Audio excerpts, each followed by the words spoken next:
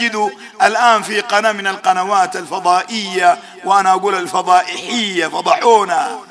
القنوات السودانية فضحتنا. الولي يدي جنى. اي والله، والله العالم كله يشاهد القنوات السودانية. الولي يدي جنى، الولي زي ما قال الخنجر هذا الزنديق، قال الأولياء والصالحين بينزلوا المطر. الوهابية يقولوا يا الله ادينا مطر، يا الله ما بينزل لهم المطر، لكن لو عايزين المطر جيبوا البياض وامشي القبة وادفع البياض وقول يا سيدي فلان نزل المطر. والعجب عجبه والما عجب يمشي يفتح بلاغ. احنا ما بنفتح بلاغ، لكن ان شاء الله تعالى اذا لم تتب من هذا الكفر الصريح الواضح، انه ما يشرك بالله. خلوا بالكم يا رجال، انه ما يشرك بالله، إنه من يشرك بالله فقد حرم الله عليه الجنة ومأواه النار وما للظالمين من أنصار. والله فضحونا في العالم.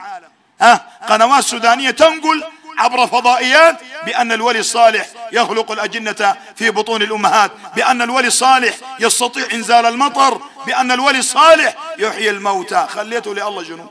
شيلتوا حق الله كله وديتوه للأموات، خلوا لله شنو؟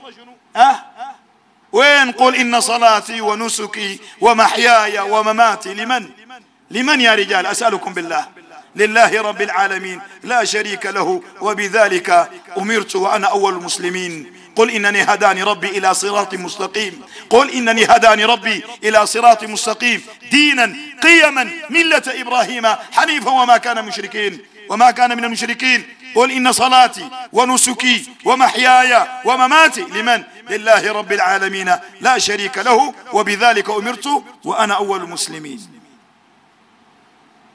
عشان كده قال الله الذي خلقكم ثم خلقتكم ورزقتكم وحقتلكم.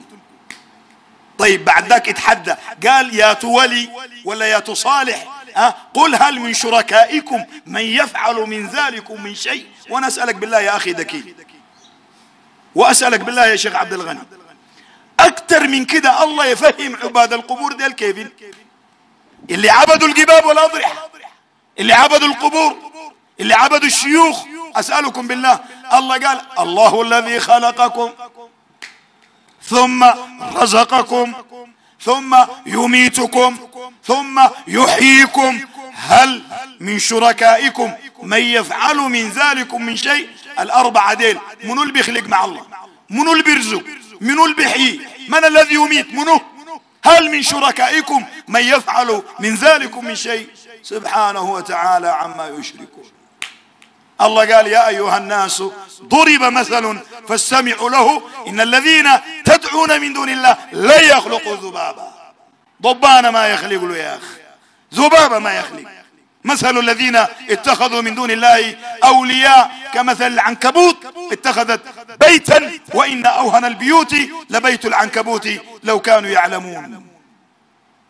مساكين والله يا أخ، ناس أصبح دينهم عبادة القبور، ناس أصبح دينهم عبادة الأموات، بدل ما يعبد الحي الذي لا يموت.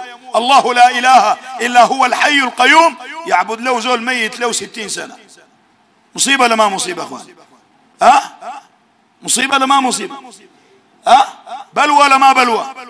بلوى. لكن شوف ربنا قال الله الذي خلقكم ثم رزقكم ثم يميتكم ثم يحييكم هل من شركائكم من يفعل من ذلكم من شيء. سبحانه وتعالى عما يشركون. الآية اللي بعدها ظهر الفساد